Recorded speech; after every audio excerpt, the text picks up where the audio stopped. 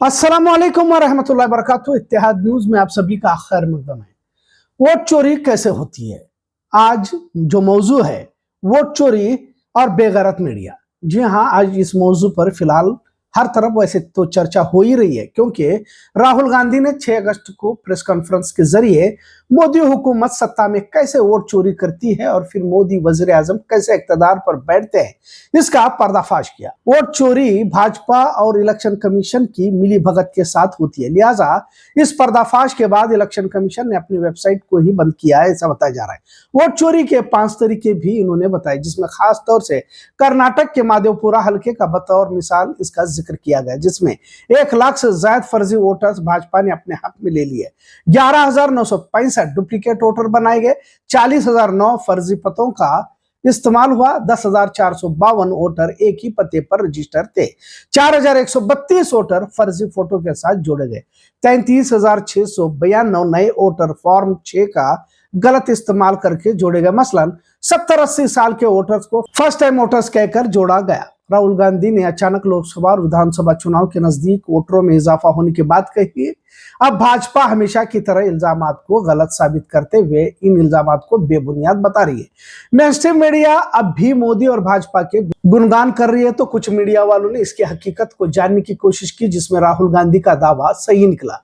News minute की report के मुताबिक एक ही कमरे में 80 लोग रहने की बात सही निकली। 10 से 15 फीट के इस कमरे में सिर्फ एक शख्स रहता था, जिसका नाम जयराम रेड्डी है, जो भाजपा का कारकुन है। इसी छोटे से कमरे से इलेक्शन में 80 लोगों ने वोट किया हुआ है। उधर इलेक्शन कमीशन ने सरे से नकारते हुए इसे बेबुनियाद कहा, जबकि इलेक्शन कमीशन की जिम्मेदारी ये होती है कि इसकी तफ्तीश करे। पर जब चोरी दोनों ने मिलकर की है, तो अब दोनों चोर इनकार कर रहे हैं, और ये इनकार भी उम्मीद के मुताबिक कह सकते हैं। बहरहाल, जिसे गोदी मीडिया, जो अब बेगैरत मीडिया कहा जाए तो गलत ना होगा। आखिर मीडिया के असल मालिक कौन है, इस पर भी नजर डालने की कोशिश करते हैं। आखिर क्या बात है कि ये लोग हमेशा मोदी की जय जयकार में लगे रहते हैं। रिपब्लिक भारत को अर्नब गोस्वामी और राजीव चंद्रशेखर मिलकर चलाते हैं, और राजीव चंद्रशेखर केरला बीजेपी के स्टेट प्रेसिडेंट है। एनडीटीवी को पहले रवीश कुमार से ही जाना जाता था, पर 2022 में गौतम अडानी ने इसे खरीद लिया। तब से ये भी चाटुकारिता में लग गया है। जी न्यूज के मालिक सुभाष चंद्र है, जो लोकसभा में भाजपा के एमपी है। इंडिया टीवी के रजत शर्मा, जिनका आपकी अदालत काफी मशहूर प्रोग्राम हुआ करता था, इसमें 12% शेयर माइलस्टोन ट्रेड लिंक का है, जिसे हिडनबर्ग ने अडानी से लिंक बताया। मतलब ये भी अडानी ग्रुप के मातहत है। TV9 का major share holder mega engineering है, जिसने भाजपा को इलेक्शन में बड़ा डोनेशन दिया हुआ है, जिसका नाम भाजपा को पैसे देने में पहले 10 नंबरों में आता है। न्यूज 18, TV18, CNN, CNBC सभी नेटवर्क 18 के अंदर आते हैं, जिसका मालिक मुकेश अंबानी है। अब आपको समझ में आया होगा कि गोदी मीडिया बेगैरत कैसे है। आखिर देश इतना तबाही की ओर जाने के बावजूद भी भाजपा मोदी की जय जयकार में फख्र समझता है। मतलब इन लोगों को देश हित में कुछ करना नहीं है, बल्कि अडानी, अंबानी, मोदी, शाह क्या चाहते हैं यही दिखाना है। तभी तो प्रेस फ्रीडम में 151 नंबर पर भारत का प्रेस पहुंच चुका है। गरीबी, बेरोजगारी, महंगाई, बंद कारोबार पर बजाय मोदी हुकूमत की गलत पॉलिसियों के नेहरू गांधी को ही जिम्मेदार ठहराया जाता है। मुसलमानों को देश विरोधी और महंगाई पर सवाल पूछने पर पाकिस्तान, बांग्लादेश की मईशत की तरफ इशारा किया जाता है। दरअसल आज इस बात पर बोलने की जरूरत इसलिए हुई क्योंकि सिर्फ हिंदू मुसलमानों पर नैरेटिव चलाकर देश की तबाही, नौजवान नस्ल को दंगाई बनाया जा रहा है। पर सवाल सत्ता से पूछने के विपक्ष को ही जिम्मेदार ठहराया जा रहा है। वोट चोरी करके चुनाव जीते जा रहे हैं। गलत पॉलिसियों पर सवाल उठाने की बजाय मास्टर स्ट्रोक कहना।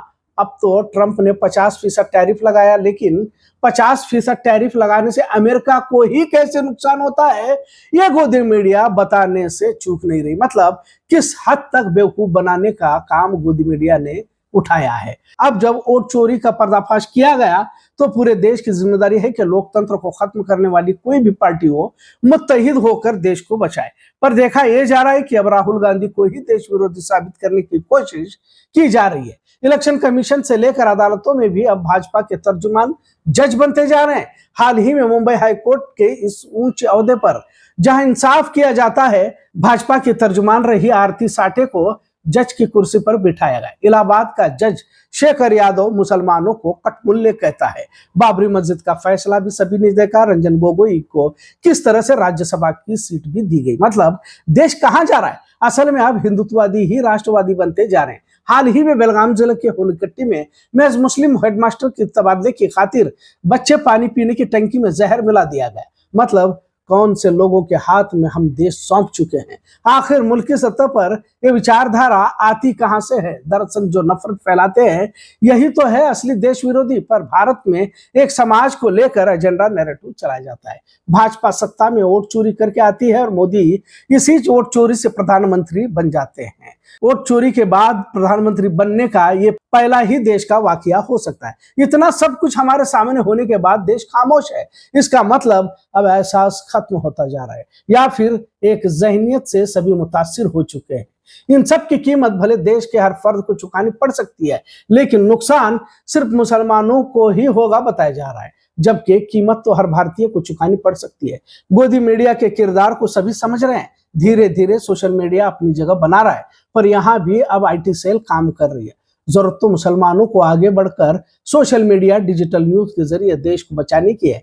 नफरती कंटेंट को काउंटर करने की जरूरत है। लिहाजा आज का ये मौजू वोट चोरी और बेगैरत मीडिया पर तो है, पर इसे ज्यादा संजीदगी से मुसलमानों को लेने की जरूरत है, क्योंकि आखिर में हर मुसीबत मुसलमानों के ही सर थोपी जाती है। इतना जरूर। आज का मौजू कैसा लगा इस पर जरूर कमेंट करें। इत्तेहाद न्यूज़ देखने के लिए शुक्रिया। अल्लाह हाफिज।